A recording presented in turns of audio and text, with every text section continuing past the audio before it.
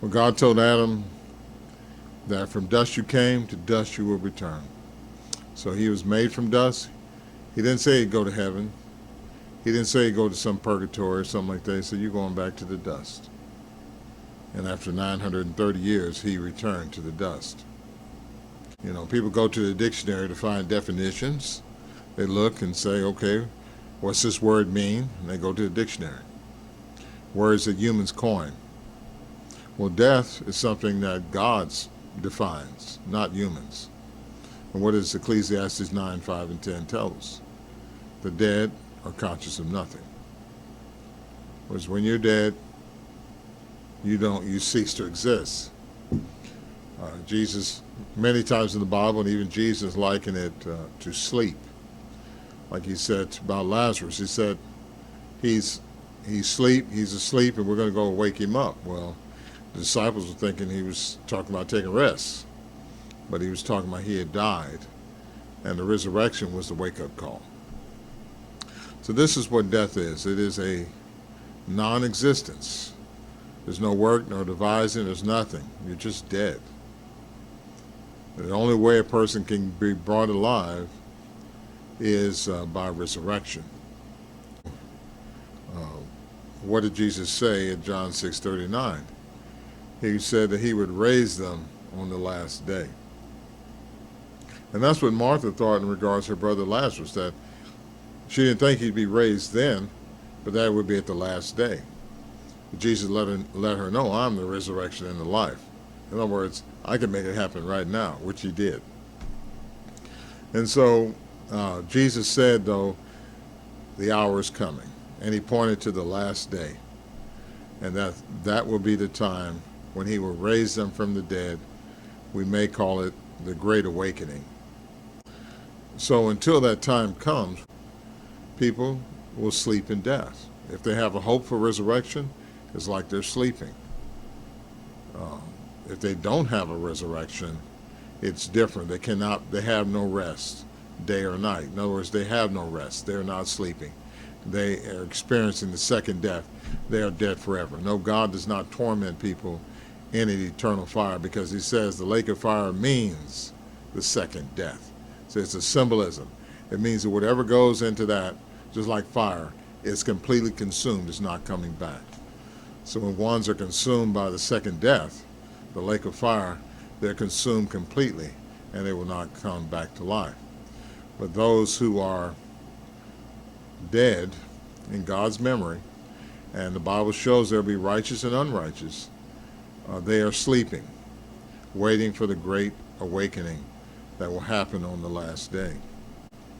And so while many people want to look up in the heavens and they want to think that their loved ones in the heavens, that's not true.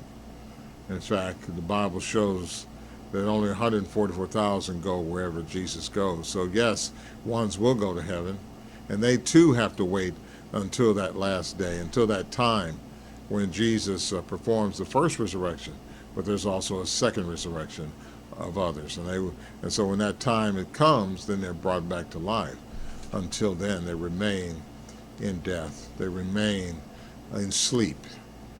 Many churches have misled people, deceived people, and thus have stumbled them, and have profiteered even, like the Catholic Church, off of false teaching of the immortal soul and the purgatory, and they were collecting money on indulgences and things like that.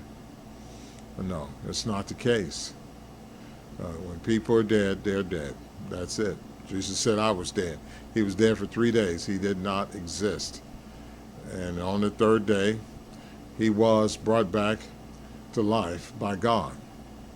And so when you deny the real condition of the dead, you really deny Jesus the whole impact of what he did.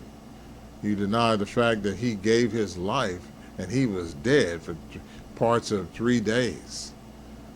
And so when you deny that the condition of the dead, you're denying the full extent of what Jesus had to go through to provide for us the ransom that would give us an opportunity for our loved ones and ourselves to have a resurrection Where they get the immortality of the soul, they don't get it from the Bible, because that was not what the Bible teaches. Because if the soul was immortal, why would you need a resurrection? I mean, if you continue to live after death, why would you need Jesus Christ at all? You already have everlasting life. See, it doesn't make any sense. But imagine the real life of people who have died, our loved ones, and many, many others over a period of time, all of human history, who have died, and Jesus has them listed to be brought back to life. What a great awakening, what a time that will be. All the world's government and all the human governments that come upon this earth, none of them have accomplished God's will of filling the earth properly. But this will happen, and one of the tools to accomplish that will be by means of the resurrection of bringing so many people back. I'm not going to put a number to it, but we can imagine it's going to be a vast amount of people. Whoever Christ has on the list to be resurrected, they're going to be brought back, be awakened back up. And we don't have to grieve as the world does. We do grieve. We're going to grieve. We're going to have to make adjustments to losing someone. But we can, that sting can be helped. We can be helped and be comforted to endure the sting of death with the hope of the resurrection.